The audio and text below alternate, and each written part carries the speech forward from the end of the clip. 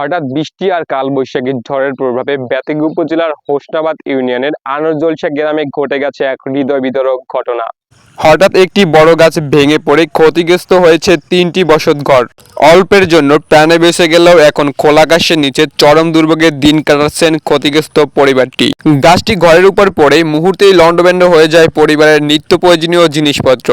চাল, ডাল, কাপড় চোপড়, বিছানাপত্র, টিভি, আবাসনপত্র সহ ঘরের অনেক মূল্যবান সামগ্রী নষ্ট হয়ে গেছে। বৃষ্টির পানিতে ভিজে গেছে শিশুদের বই, খাতা ও প্রয়োজনীয় কাগজপত্র।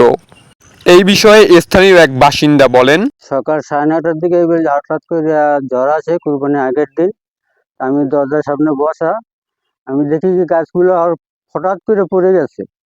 তখন আমরা দৌড়ে আছি, আমার 2টা মেয়ে ভাইঝি আর কি, ওরা ঘরের ভিতরে ছিল। ওদেরকে আমরা কোনো রকম উদ্ধার করি। ওরা হাতে ব্যথা পাইছে, পায়ে ব্যথা পাইছে। ওদেরকে ওরা ধরার পর ওরা বেহুশ হয়ে গেছে। কোলে করে ঘরে নিয়ে আমার ঘরে নিয়ে রাখি। এই বিষয়ে ঘরের মালিক দিলওয়ার হোসেন দুলাল বলেন, ঝড়ে কালবৈশাখী ঝড়ে আমার ঘর ভেঙে গেছে। ঘর ভাঙার পরে এখন আমার 3টে ঘর ভাঙছে। আমার মেয়েরা ঘরের ভিতরে ছিল, তারা ব্যথা পাইছে, মানে জখম হয়েছে, এবং তারা এখন বর্তমানে তার ফুফুর বাড়িতে আছে। আর আমার অনেক ক্ষয়ক্ষতি হয়েছে, যেমন মেয়েদের বই খাতা সব নষ্ট। 2টা মেয়ে পড়াশোনা করে।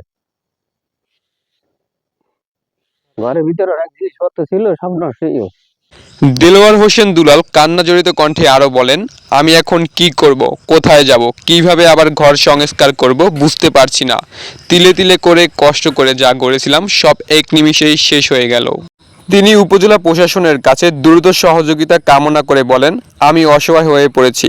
প্রশাসন যদি একটু সহযোগিতার হাত বাড়ায় তাহলে আবার মাথা গোঁজার মতো একটি ঘর তৈরি করতে পারবো।